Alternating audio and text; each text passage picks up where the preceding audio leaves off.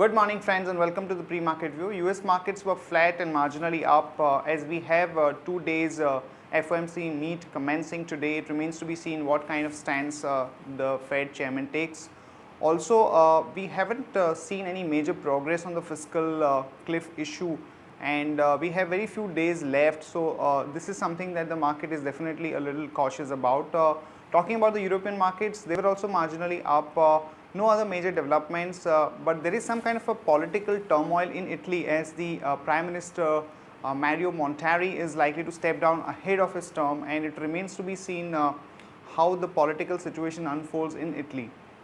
In terms of other developments, the Greece has actually extended the buyback deadline by a day or so, and it has gone down to 12, which is definitely a bit positive for the Eurozone.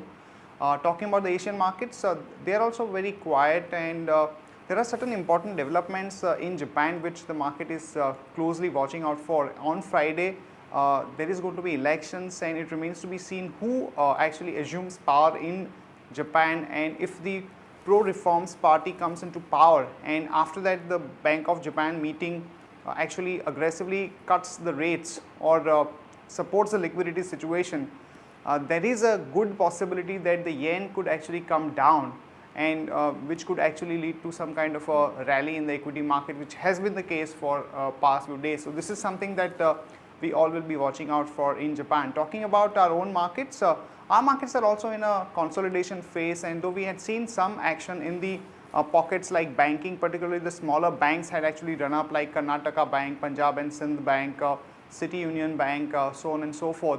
But the broad market and the volumes have actually remained a little dull, and even the flows were not that great. FIs were net buyers in the cash market to the tune of about 700 crore, and the domestic institutions were sellers to the tune of about 600 odd crore.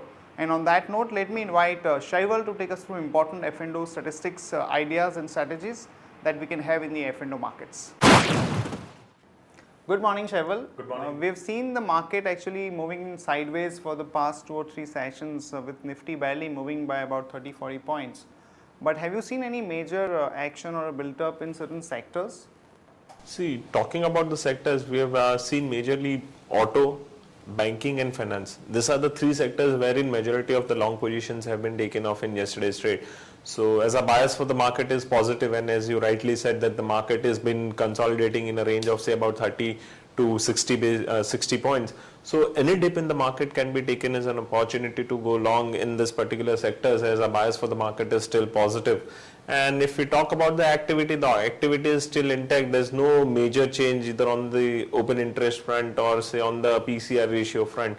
So that is still a good sign. So one can accumulate long positions at lower levels. Okay, and any other interesting ideas that you can share with us? From intraday perspective, we have identified 3 stocks. So as a bias for the market is positive, we'd like to play on the long side.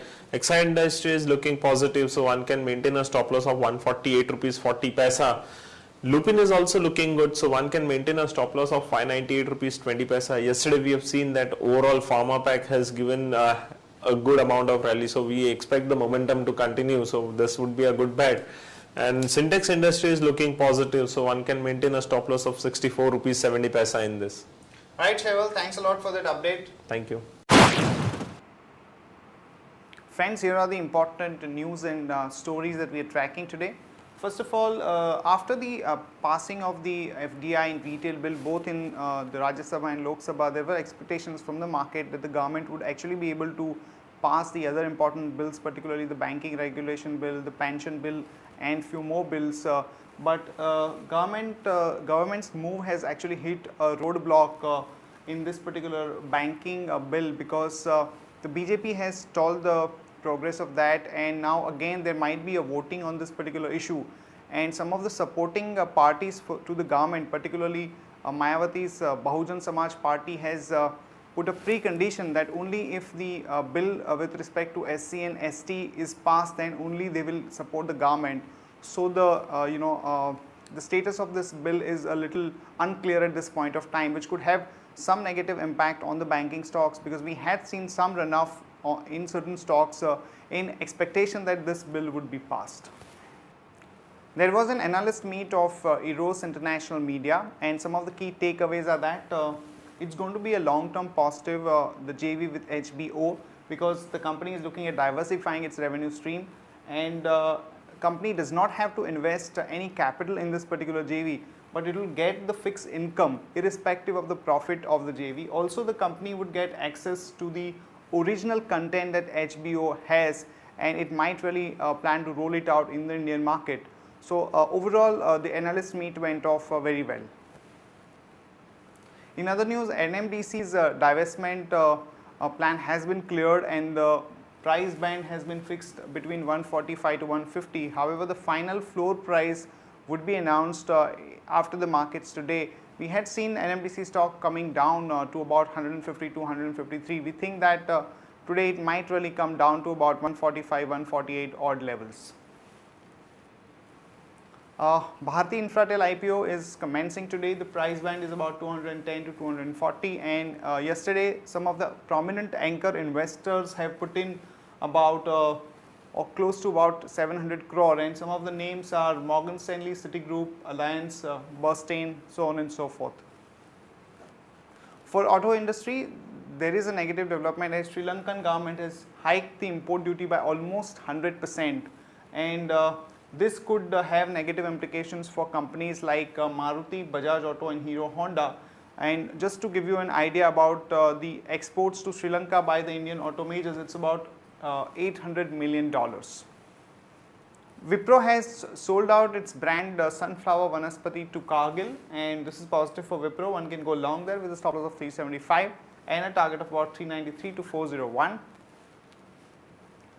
And the dispute between NTPC and Coal India has been sorted out, and NTPC has agreed to sign a fuel supply agreement or FSA, which is positive for Coal India. So one can go long on that with a stop loss of 356 and a target of about 374 to 381. And Reliance Industries along with British Petroleum has won a crude oil supply tender from Egypt. So one can go long on Reliance with a stop loss of 811 and a target of about 853 to 869. Opto Circuits CMD would be issued 20 lakh convertible warrants at a price of about 145. So this is a bit comforting. One can really go long on Opto Circuit with a stop loss of 102 and a target of about 107 to 110. That's it from all of us, friends. Have a nice trading session and see you tomorrow at the same time.